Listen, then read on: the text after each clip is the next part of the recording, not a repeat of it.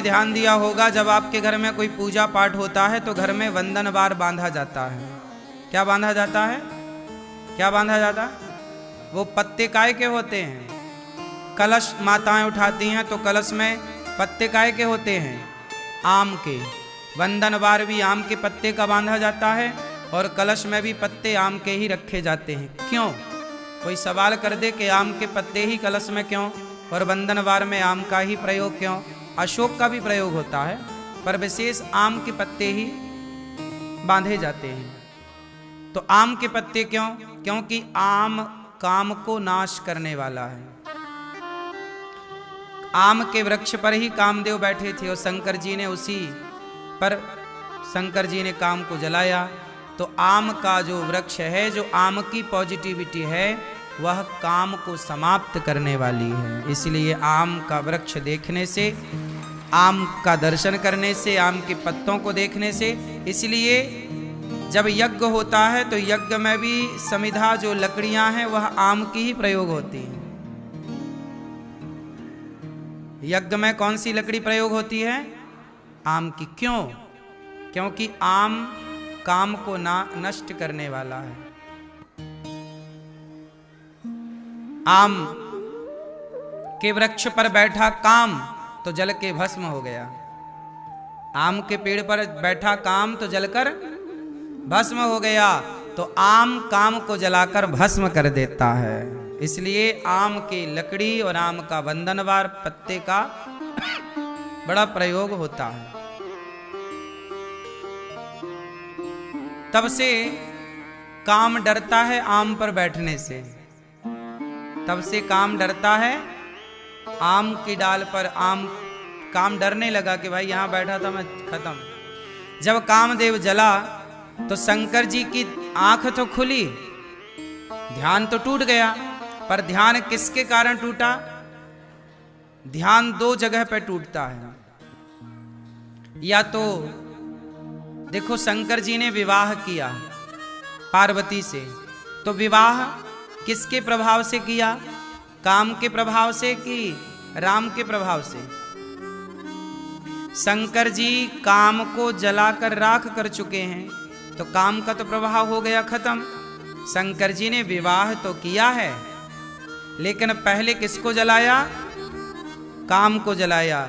मानो शंकर जी कहते हैं कि गृहस्थ आश्रम में प्रवेश करो तो काम वासना की पूर्ति के लिए नहीं, राम की उपासना के लिए विवाह करो। काम को जलाकर विवाह करो। पहले शंकर जी ने काम को जलाया फिर विवाह किया। काम के प्रभाव से नहीं, राम के प्रभाव से। क्योंकि पत्नी सहयोगी है। अभी एक हैं, एक से भले दो, तो दो होंगे तो दोनों एक दूसरे को रोज भगवान का गुणगान सुनाएंगे। इसी बहाने दोनों के मुख से भगवान की कथा निकलेगी, दोनों भगवत चिंतन करेंगे। इसी तरह गृहस्थाश्रम होता है कि हम दिन भर पत्नी को भगवान के बारे में बताएं, पत्नी भगवान की चर्चा करे। इन्हीं अच्छी बातों में, अच्छी चर्चा में दिन रात बीते। इसलिए विवाह होता है एक से भले दो। तो विवाह शंकर जी के पास जब कामदेव आए, जला करके शंकर जी ने भस्म किया, तब कामदेव की पत्नी रति आ गई, रोती हुई, हे शंकर जी आपने हमारे पति को जलाकर भस्म कर दिया, अब हम कहाँ जाएं? तब शंकर जी ने कहा कि अभी तक तुम्हारे पति शरीर से थे, अब बिना शरीर के प्रभावशाली रहेंगे। इन्हें द्वापर में कृष्ण का पुत्र बनने का सौभाग्य मिलेगा, तब तुम्हारा इनसे पुनः विवाह संपन्न होगा।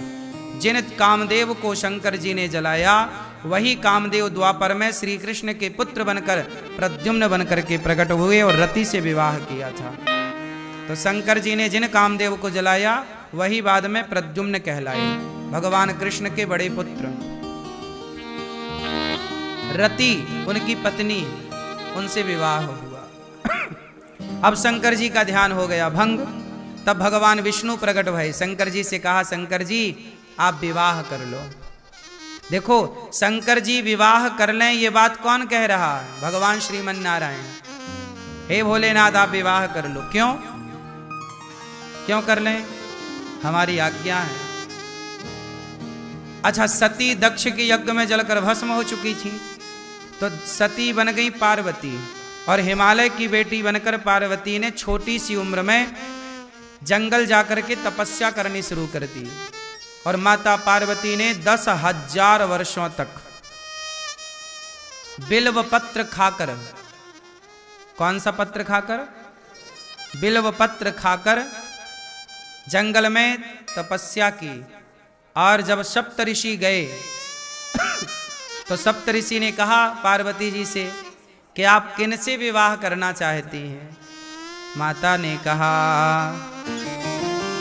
जन्म कोटि लगी रगर हमारी, बरऊं शंभु न तरहु कुमारी। मैं शिव से विवाह करना चाहती हूँ। सप्तऋषियों ने कहा कि देवी, शंकर जी से विवाह ना करो, वो तो मृगछाला पहनते हैं, भस्मी रमाते हैं, उनका पहनने का भी कोई ठिकाना नहीं, रहने का ठिकाना नहीं, बहुत अच्छा नहीं है उनका जीवन। आप भगवान विष्णु से विवाह कर लो, आप कहो तो मैं आपकी बात विष्णु जी से कराऊं और उनसे विवाह कर लो, क्योंकि वो बहुत सुंदर हैं। तो माता पार्वती ने मना कर दिया।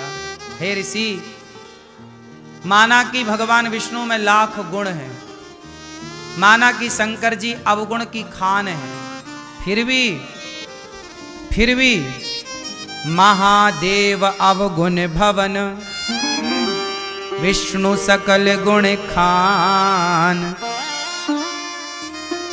महादेव अवगुण भवन, विष्णु सकल गुण धाम। जेहि कर मनोरम जाहि सन, तेहि तेहि सन काम।